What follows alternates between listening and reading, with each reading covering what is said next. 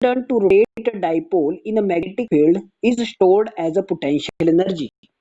Diagram इसका वही रहेगा, आपको पता है डायग्राम दोनों के लिए एक ही जैसे रहता है, ठीक है। तो इसको रोटेट करने के लिए जो एनर्जी लगेगी, work done to rotate the dipole in the magnetic field is stored as a potential energy. तो वो एनर्जी एज अ स्टोर किसमें होगी, पोटेंशियल एनर्जी की फॉर्म में होगी। इसकी डेफिनेशन है, इफ अ मैग्नेटिक डाइपोल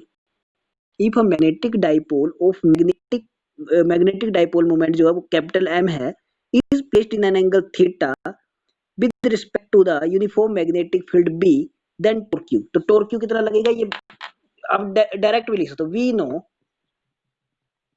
ये ना लिख के आप सीधे लिख दो torque Q is equal to, क्योंकि अभी किया हमने M B sine theta, torque Q is equal to M B sine theta, ये लिख दिया आपने। If the dipole rotates through the angle D theta then work done, ठीक है। वर्क डन, तो वर्क डन हमें पता है किसके बराबर होता है, फोर्स इनटू डिस्टेंस, पर यहाँ पे हम स्मॉल वर्क डन लेंगे तो डी डब्ल्यू, फोर्स यहाँ पे एज अ टो क्यू है तो फोर्स की जगह टोर क्यू लगेगा, टो लगेगा, डिस्टेंस यहाँ पे एंगल में है तो डी थीटा लगेगा, तो ये बन गया D W is equal to tau D theta. Tau की वैल्यू ऊपर पता है हमें M B sine theta, M B sine theta D theta, ये क्या है वर्क डन डी डब्ल्यू, ठीक है।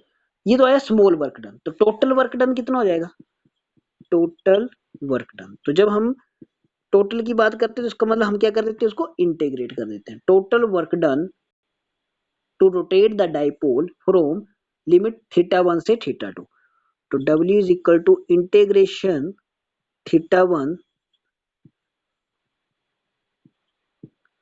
से theta 2 MB sine theta D theta.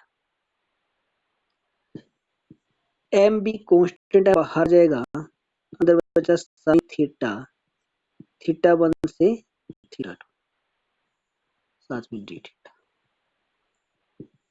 MB sine theta की इंटीग्रेशन जिन्होंने मैथ में कर लिया होगा उनको याद होगा, minus cos theta, limit theta 1 से थीटा 2,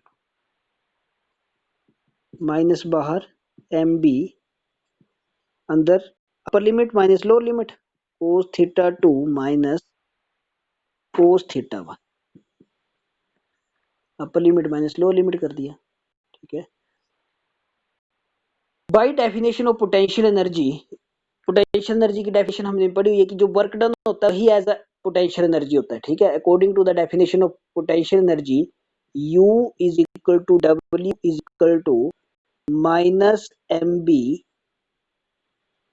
कोस थीटा 2 माइनस कोस थीटा 1, ठीक है। If theta 1 is equal to 90, if theta 1 is equal to 90 and theta 2 is equal to theta, तो ये वाली वैल्यू यहाँ पुट कर देंगे तो क्या बन गया, U is equal to W is equal to minus MB cos theta 2 की जगह cos theta और cos theta 1 की जगह cos 90, और cos 90 किसके बराबर, 0 के बराबर, ठीक है। तो क्या बचा सिर्फ यहाँ पे U is equal to W is equal to minus MB cos theta।